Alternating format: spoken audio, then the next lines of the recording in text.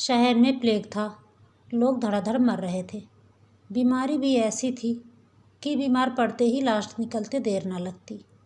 सब लोग शहर छोड़ छोड़कर बाहर जंगलों में या झोपड़े बनाकर रहने के लिए भागने लगे। ना चाहते हुए भी मुझे अपना शहर छोड़ना पड़ा। मुझे यहाँ से भागना अच्छा ना लगता था। घर में मैंने सबको प्लेग का टीका लगवा दिया था और शाम को 5-5 बूंद प्लेग क्यों भी पिला दिया करता था। इच्छा थी कि शहर में ही बना रहूं। कौन यहाँ से वहाँ भागने का झंझट करे। वैसे ही खर्च के मारे हैरान था। फिर और लोगों की तरह मैं झोपड़ा बनाकर भी तो ना रह सकता था। वकालत की शान में फर्क न पड़ जाता। रहना तो मुझे बंगले पर ही पड़ेगा। और इन दिनों बंगले के मालिकों का दिमाग तो 7वें आसमान पर ही रहता है। 100, 75 और 50 से नीचे तो वह बात ही नहीं करते। फिर आजकल की आमदनी में किराए का कम से कम 50 रुपये माहवारी ही रख लो तो 4 महीने में 200 हो जाते हैं। मुश्किल ही समझो, पर करता क्या। अपने प्रयत्न भर तो मैंने शहर में रह आने की कोशिश की, पर मेरी स्त्री ने ना माना। उसने जब तक मैं मकान बदलकर बंगले पर रहने ना चला गया, मेरा खाना पीना और सोना हराम कर दिया।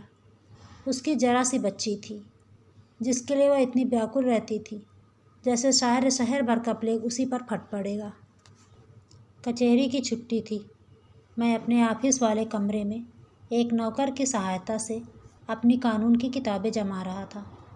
कमरे में कई अलमारियां थीं। मैं उन्हें साफ करवा के वहाँ अपनी पुस्तकें और अन्य वस्तुएं तरतीबवार रखवा रहा था।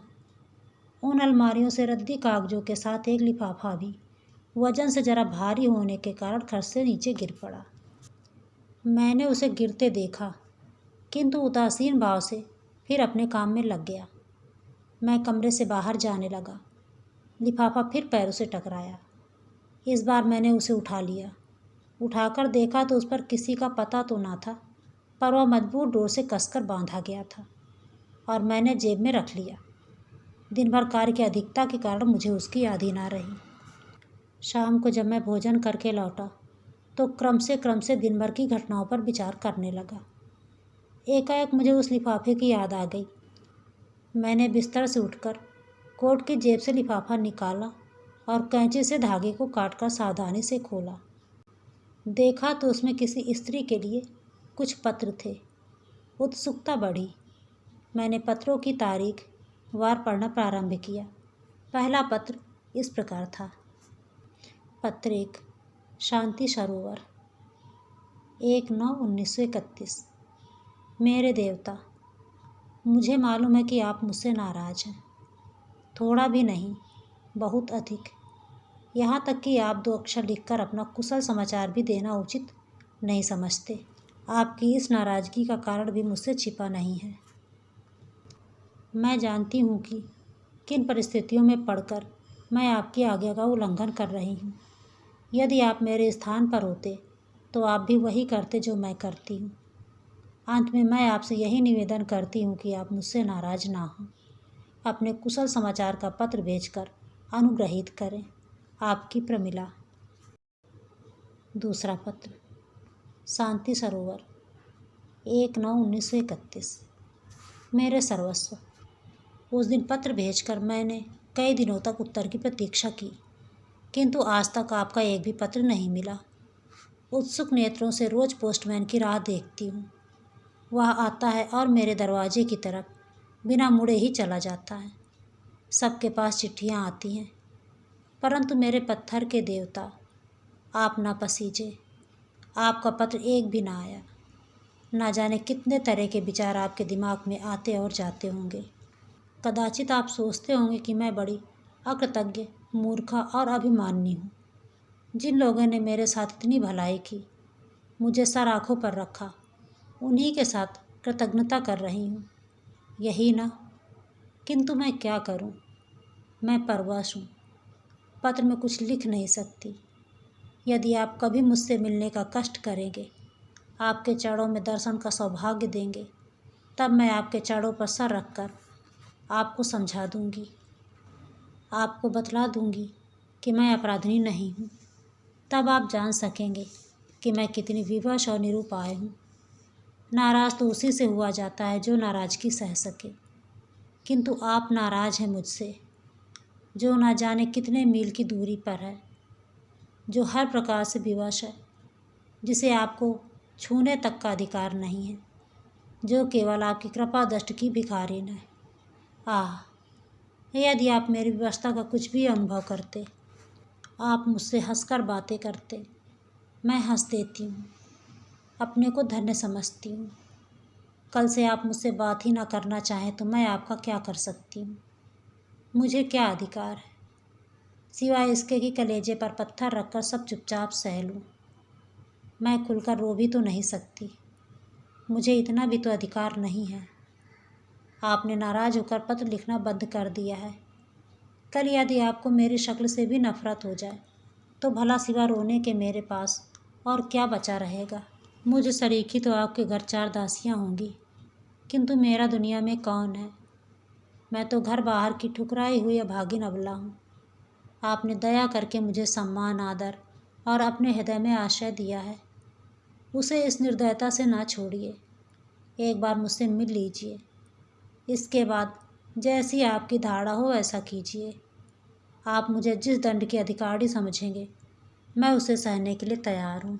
आप मुझे अपने चरणों से दूर कर देंगे तो भी मैं आपकी ही रहूँगी, समाज की आँखों में नहीं, अपनी और परमात्मा की आँखों में।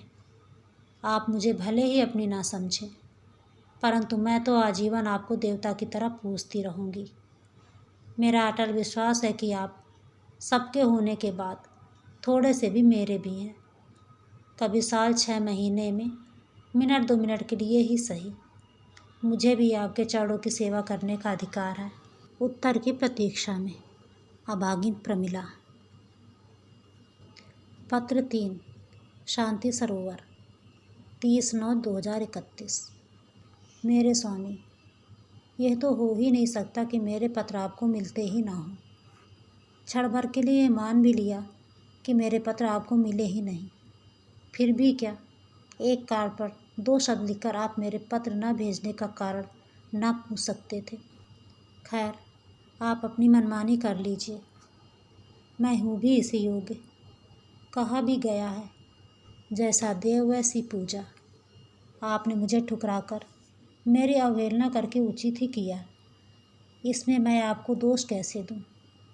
जिसका जन्म ही अपमान, अवहेलना और अनादर सहने के लिए हुआ हो, वह उससे अधिक अच्छी वस्तु की आशा ही क्या करे। अपने आप को भूल गई थी, आज मेरी आंखें खुल गईं, मुझे अपनी थाह मिल गई। मेरी समझ में आ गया कि मैं कहाँ हूँ। परमात्मा ने स्त्री जाति के हृदय में इतना विश्वास, इतनी कोमलता और इतना प्रेम शायद इसीलिए भर दिया है कि वह पग पग पर ठुकराई जाए। जिस देवता के चरणों पर हम अपना सर्वस्व चढ़ाकर केवल उसकी कृपा दृष्टि की भिखारिन बनती हैं, वही हमारी तरफ आंखें उठाकर देखने में अपना अपमान समझता है। माना कि मैं समाज की आंखों में आपकी कोई नहीं, किंतु एक बार अपना हृदय तो टटोलिए और सच बतलाइए, क्या मैं आपकी कोई नहीं हूँ? समाज के सामने अग्नि को साक्षी देकर हम विवाह सूत्र में अवश्य नहीं बंधे, किंतु शिव जी की मूर्ति के सामने भगवान शंकर को साक्षी बनाकर क्या आपने मुझे नहीं अपनाया था? ये बात तो गलत नहीं है। मैं जानती हूँ कि आप यदि मुझसे बिल्कुल ना बोलना चाहें, तब भी मैं आपका कुछ नहीं कर सकती। यदि किसी से कुछ कहने भी जाऊँ तो सिवा अपमान और तिरस्कार के मुझे क्या मिलेगा? आपको तो कोई कुछ भी ना कहेगा, आप फिर भी समाज में सिर ऊंचा करके बैठ सकेंगे, किंतु मेरे लिए कौन सा स्थान रहेगा? अभी रूखा सूखर खाकर जहाँ रात को सो रहती हूँ, फिर वहाँ से भी ठोकर मारकर निकालती जाऊँगी, और उसके बाद गली गली की भिखारिन बन जाने के अतिरिक्त मेरे पास दूसरा क्या साधन बच जाएगा? संभव है आप मुझे दुराचारी या पापिन समझते हो, और इसीलिए बहुत सोच विचार के बाद आपने मुझसे संबंध त्याग में ही कुशलता समझी हो और पत्र लिखना बंद कर दिया हो। खैर, आप मुझे कुछ भी समझें, परमात्मा ऊपर से देखता है कि मैं क्या हूँ, दुराचारी हूँ या नहीं, पापिन हूँ या क्या, इसका साक्षी तो ईश्वर ही है। मैं अपने मुँह से अपनी सफाई क्या दूँ? अब केवल यही प्रार्थना है कि मुझे क्षमा करें, मेरी त्रुटियों पर ध्यान ना दें और कृपा कर मेरे पत्र का उत्तर भी ना दें, क्योंकि अब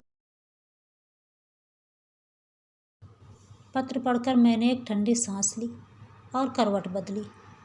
देखा, न जाने कब से मेरी स्त्री सुशीला मेरे सिरहाने खड़ी है। मुझे देखते ही वह भागी। मैंने दौड़कर उसकी धोती पकड़ ली और उसे पलंग तक खींच लिया।